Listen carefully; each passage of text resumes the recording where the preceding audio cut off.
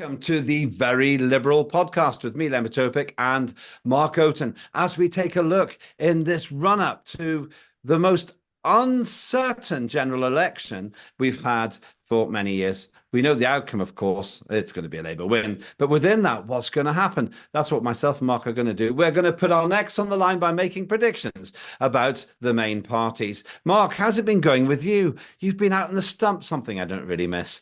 For the Liberal Democrats, have you forgiven them? Have they forgiven me, more to the point? I have been out and about, and it's been actually quite refreshing and enjoying. I'm running a particular campaign in a seat, the campaign manager. I've enjoyed doing the strategy. I've been putting poster boards up, I've been delivering leaflets, I've been knocking on some doors. And I mean, from my perspective, if I look at this particular campaign from the Liberal Democrats, they had one real thing to do, which was to make sure that they were very focused. They targeted around 70 seats, and that they made sure they got a fair coverage nationally. And I think, although you and I both had doubts about Ed Davey and his stunts, they actually got coverage at the start of the campaign. I don't think the party can complain about its fair coverage. But what matters more than anything else is, in those target seats, have they got the message across that only the Lib Dems can beat the Tories? They will have had thousands of leaflets coming through letterbox pushing that message. I think I think they have got that across, but of course it's a message which has been absolutely helped by the fact that the Reform Party have stood in those seats. So when it comes to predictions, I think I've got quite a controversial one for the Lib Dems, but we'll come on to that in a bit. But Lembit, I mean, you've been following Reform and the Conservatives quite a bit. How do you think their campaign's gone? Well, let's start with the Conservatives. And I think you're absolutely right about two things, Mark. The Lib Dems are definitely going Two to left, get. two. Well, yeah, two. I'm being generous though, because I gave you the ideas in the first place. But the things that we agree on are the Conservatives are crashing and burning, and we'll make the actual predictions later on. And I think we should take the risk of giving numbers. But everything the Conservatives and Rishi Sunak have done has turned to dust. It's been a catastrophic campaign, the worst I've actually ever seen. It makes people like Gordon Brown and John Major seem like total professionals. And the reason is because they just contradict themselves. They talk about cutting taxes when they've been responsible for the highest tax increases in recent history and in living memory. They make terrible errors in terms of marketing. And we've talked earlier about Sunak, for some inexplicable reason, coming back from a D-Day Normandy commemoration early and leaving David Cameron there, causing a conspiracy theory that he's going to take over from Rishi. And then that's all the underlying stuff, the betting by Craig Williams, actually the Tory MP for my old seat, and then lots of other people getting involved in that as well, or being exposed as having been involved in it.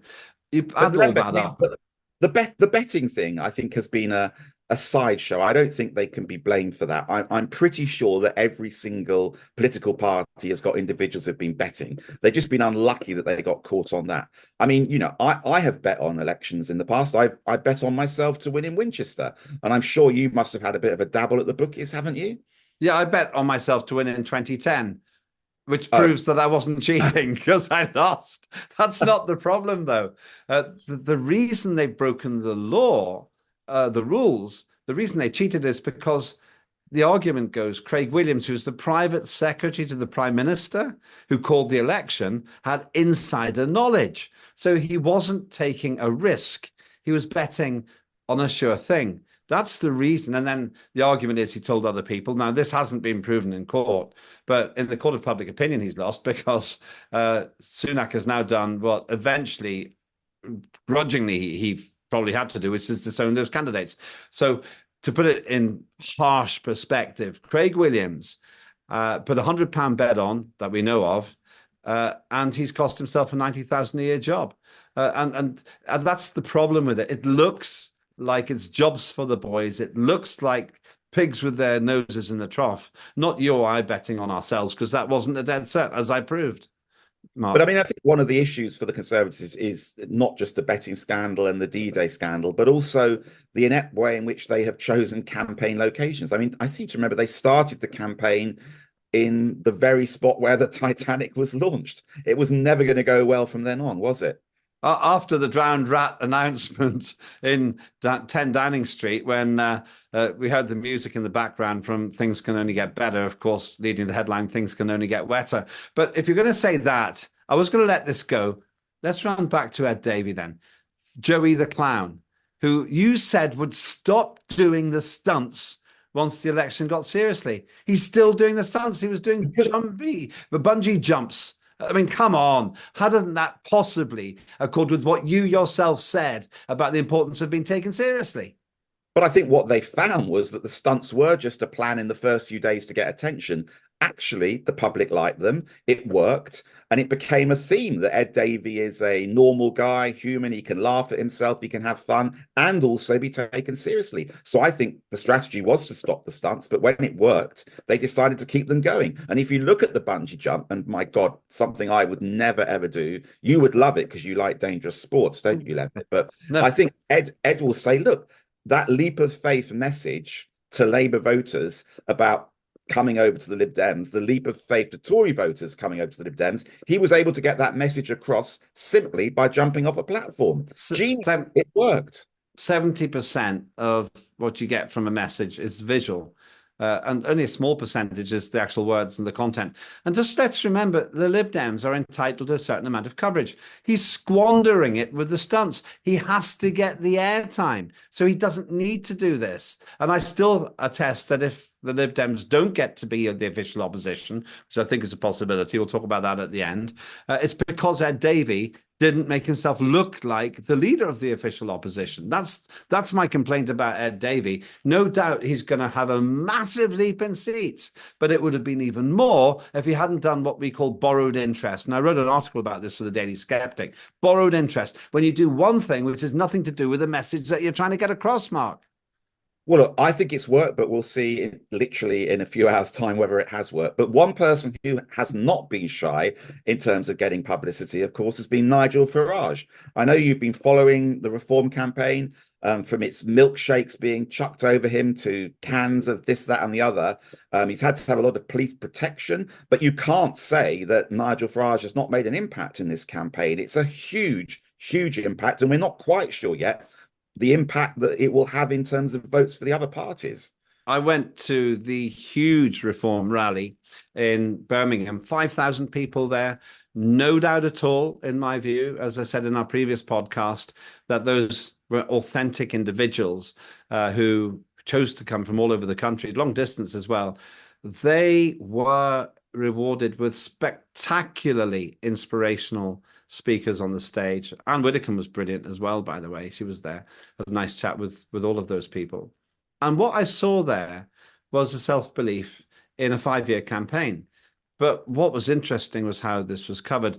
I will put my cards on the table. I think reform has been the breath of fresh air in this election. They've wagged the dog of politics. They've shaken the dog of politics. And ironically, of course, Mark, they've helped the Liberal Democrats because they're decimating the Tory vote, possibly as much as halving it. Why? Because Farage is charismatic. I believe him. I mean, I know him personally, so I declare that interest. But what he says off stage is the same as what he says on stage. Tough line on immigration, but a credible one. Very tough line in getting rid of the nonsensical net zero climate change nonsense, utter nonsense, which people like as well, but don't dare say. And he's against the woke agenda as well. All of that works, and nobody else is saying it. And I think that's why reform's doing well. I absolutely get that the sort of authentic politician is popular. Boris Johnson, people felt was authentic, but it crashed and burned. And one of the issues I have with people like Anne Widdecombe and Nigel Farage is that they are risk takers, which in one part is great if you're a politician. However, risk takers also end up getting into trouble and difficulties. And whilst I think he has brought some fresh views and fresh ideas into the political debate, I do think that long term, Farage is going to crash and burn. The difficulty for the party is that they could get 17, 18% of the votes at this election and end up with no seats. Now, that's just not democratic. And suddenly, I find myself in agreement with Nigel Farage because he's been calling for changing the voting system. And I wonder, Lembit, what do you think post-election, if there is such a high vote for reform with no seats, do you think that the Conservatives or Reform and the Lib Dems will come together and have another push for changing the voting system? Absolutely not. There is no chance of it. The Conservatives think that they can climb up the greasy pole without ceding power, because they know very well that if there's a general election under proportional representation, they're very unlikely to ever get an overall majority again. Now, that works fine if you've got an idiot like Nick Clegg in charge of the Liberal Democrats, no offence, Mark, who basically threw the whole credibility of the party away. But if you've actually got good leaders for the other parties, then that makes the Tories weaker. And let's forget it with the Labour Party. And let's also recognise, we haven't got the predictions yet, Labour's going to have such a huge majority that they can just veto it. And who's responsible for us not having proportional representation? Nick Clegg. He was the leader of the referendum he secured from David Cameron, but he was so unpopular because of the lies he told, for example, about tuition fees, that he's scuppered that for a generation. I'm thinking about what you're saying, though. If Reform gets, say, 18%, it could be in the 20s, actually. Lib Dems get around 11%, that's realistic. That's like a third of the vote going to pro-reform, pro-electoral reform parties. But then they'll form a circle. Tories and Labour will say, whatever our difference is, we're the uni party, we're not letting them in, Mark. But I think you're missing something. You're missing the fact that post-election, the Conservative Party may end up splitting. There may be a realignment of the centre right and a realignment of the far right. And in those circumstances, I can see some of the more moderate Conservatives who might find themselves being the third or fourth party actually realising that PR is the only way they're going to actually get any seats back again. That's a So different. That's not the question you asked. There's a You asked. realignment happening. You asked me about the Conservatives. The Conservatives will not support proportional representation. A realigned right wing, which is what Nigel Farage hopes to lead, I think that's the pretty clear nuance to me, having spoken with him and his people. That could go for PR. That will go for PR. And it'll go for something else as well. And that's for the BBC, because I think the BBC has been utterly reprehensible in giving unbiased coverage to Labour and the Conservatives and the Greens, a totally biased coverage against reform. In fact, I don't see why the Greens, the jokers in the Green Party, are never challenged about their idiotic views, and they've got one MP. But meanwhile, Farage is orders of magnitude ahead with Reform UK in the opinion polls. It is just, and in the run up to the election last few days, you see almost nothing. Mark, Mark. Look, I actually agree with you a little bit on the BBC. The thing which I'm finding really interesting is that we're paying for the BBC, all of us, as taxpayers. And another issue where I think that Nigel Farage is right is he's called for an end to the TV license. I've written an article on this recently and said, look, if I'm going to pay £156 a year for my TV license, that is worth billions across the country. I would much rather be paying that money to go into the NHS than actually giving it to the BBC. It's about time the BBC stood on its own. It took advertising or sponsorship. And the idea that you have to protect this special organization because they're the only people that can provide decent and independent coverage is an insult, frankly, to other broadcasters like ITV, Channel 4, Sky. And in fairness to GB News, for example, everybody knows what you're going to get with them. So it is, I think, time to end that BBC license. But that, of course, will be in the hands of a Labour government. What do we think about their campaign, Lembit? Well, just one point on that. Today's News Talk, who I work for, they don't get any state sponsorship. We have to find the money ourselves. And what really annoys me is we're more independent than the BBC. That's why they can only afford to have you as a presenter as well, I guess. How very dare you. Notably, you haven't been on yet. And you may not be now based on that. But you made a good point about Labour Party. The Labour Party is obviously going to win. The BBC sucking up to the Labour Party as far as I can see. Oh, yes, we're on your side. They don't say that overtly. Why else did they go stum about Reform UK in the last days of the election? Now, I think Labour's done what we expected. We have this gormless Keir Starmer who says he's going to have, for example, women-only spaces. And if you're a man, you can identify as a woman. At the same time, he says those two things. He can't tell us what would be different with Ukraine because nothing's going to be different. We'll carry on putting billions in an unwinnable war. The woke agenda, the climate emergency agenda, there's no change. Two cheeks of the same backside.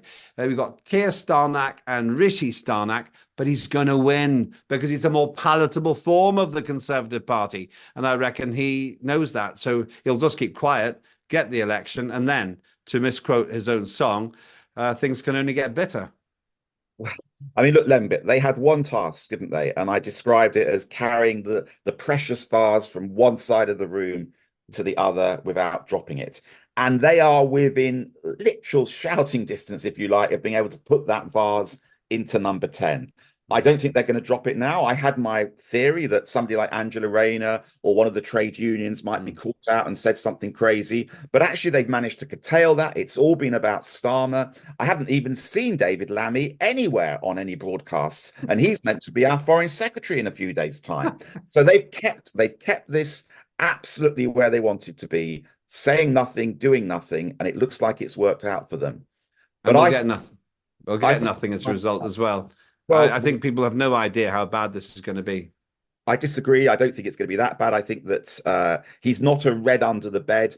I think maybe you could put a case to say that after all of the turmoil, all of the colourful characters we've had from the Conservatives, a period of dull stability might just be what we want. He's also going to be a lucky prime minister because those interest rates are going to start coming down in the next couple of months. The economy is going to start improving, and it will be all on his watch. So to that extent, you need luck in politics, and it may just be that he does get that luck and he does get the stability that the country needs. He's But already got negative opinion poll ratings before he's even become prime minister. He is no Tony Blair. And let's remember, and I wouldn't bring this up if he wasn't bringing it up. He keeps bragging about running the Crown Prosecution Service.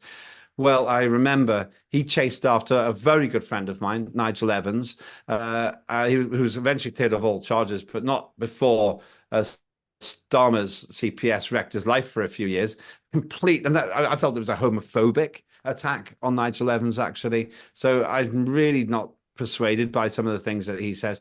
And of course, under his leadership, Jimmy Savile went to his grave without a prosecution. So I think I don't share your optimism. Just a quick question, though. In terms of the SNP, we haven't mentioned it. That they've now made a mistake, I think, because they've said that this is this if they get more than half the seats in Scotland, then they should have a referendum for independence, because it means if they get fewer than half the seats in Scotland, then that's a no. and I think that is going to be a huge own goal. The problem for them is that they've had very charismatic leaders, Alex Salmond and then Nicola Sturgeon, both of whom were extremely popular, not just in Scotland but across the UK. Now they've got to rebuild their credibility. They've had so many scandals in the party. So this election for them is really, really tough. It comes on the backdrop of all of those problems, internal problems the party has had. And I think we are going to see both the Lib Dems and Labour make considerable breakthroughs in Scotland. So let's do the scary thing now. Let's make predictions, and we'll put ourselves, both of us, pedal to the metal here for each party. Let's start with Labour. How many seats are Labour going to get? I think it's going to be the late 300s or the early 400s, in my view. I think that they are clearly going to head for a large majority. There might just be a slight concern that they've got that people think, well, do you know what? They're going to win anyway. So in some of those seats in the north of England, Labour supporters might decide it's better to watch some football on TV and not actually vote because it's a done deal. So there could be a concern there, but I think it's around the 400 mark. I'd go to 450 because of the Reform UK effect, because they've eaten a third to half of the Conservative vote. And that just makes that hill just too steep to climb. It's not because Labour's doing well in the public opinion. It's just because the Conservatives are doing so badly and Reform's doing well. It's ironic indeed that they're right to say, the Conservatives are right to say vote Reform, get Labour, but that's a done deal anyway. So that would be my guess for Labour. What about the Conservatives? Well, then we've got to make sure that our predictions add up to 650 as well. So we've got to do a little bit of sort of mental calculation on all of this. Oh, I think I've got around the I've got 200 to 150 go. mark. I've got 200 to go. Well, I think you've overdone it on Labour, but I'm reckoning around 150 for the Conservatives. And actually, do you know what? If they get that many, that will be a brilliant result for them. But it could go lower. It could go into the early hundreds. 90. That's what I think. 90 Wow. seats. I start. I start. Well, I see you feel quite strongly about this, Mark. I started by saying the window was between 80 and 165, and now it's thought 99. But I've looked at the betting.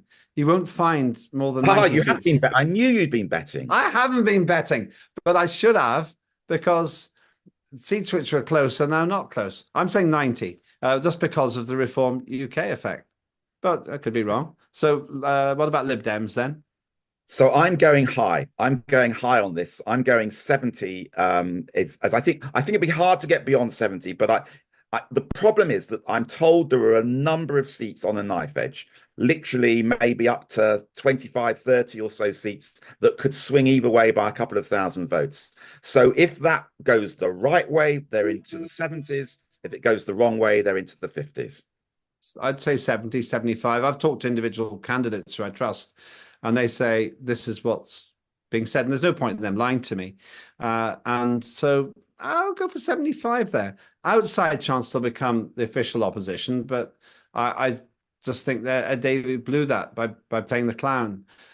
So big Remember, one now. your sums don't add up. You've got 450 plus 90 plus 75. I mean, you're not allowing any votes for Ireland or Scotland at this rate. I've worked it all out. I I still have in my system. I still have 30. I still have 35. No, Look, hang on. No, 450, 540, 6 615. Yeah, I've got 35. Yeah. okay, How it many do proves you have left? Because you're being vague, you see. I'm being specific. I'm I've got being vague 35 left. because Lembit, I failed my maths O level 4 times. In fact, all I don't quite know, when I was an MP, I went back to my old school to hand out the awards, and I told them I failed my maths O level 3 times, and I never bothered to collect the certificate for the fourth time. And in the context of while I was giving my speech, they went into the records, and the headmaster came at the end and said, "Actually, we've just found we've got your result for your fourth O level attempt, and you failed that as well." So I Well, failed 4 times. so So I've got don't to add preach to up. me. My father was a mathematician. Don't preach to me then. I have 35 left. So I will forgive you if your numbers don't add up, not myself. Though reform, how many? None. I don't think that he's even going to get across the line in Clacton. And I think it's going to be one of the outrages of the election in terms of democracy that they will poll very high and not get any seats. They need to learn to target. You're right about the targeting, but because having a good vote in every seat is not as good as heaping it up in a small number of seats. My range here would be 1 to 15. I'll go for 7. I think 6 or 7. Say 7. And then SNP. What about them?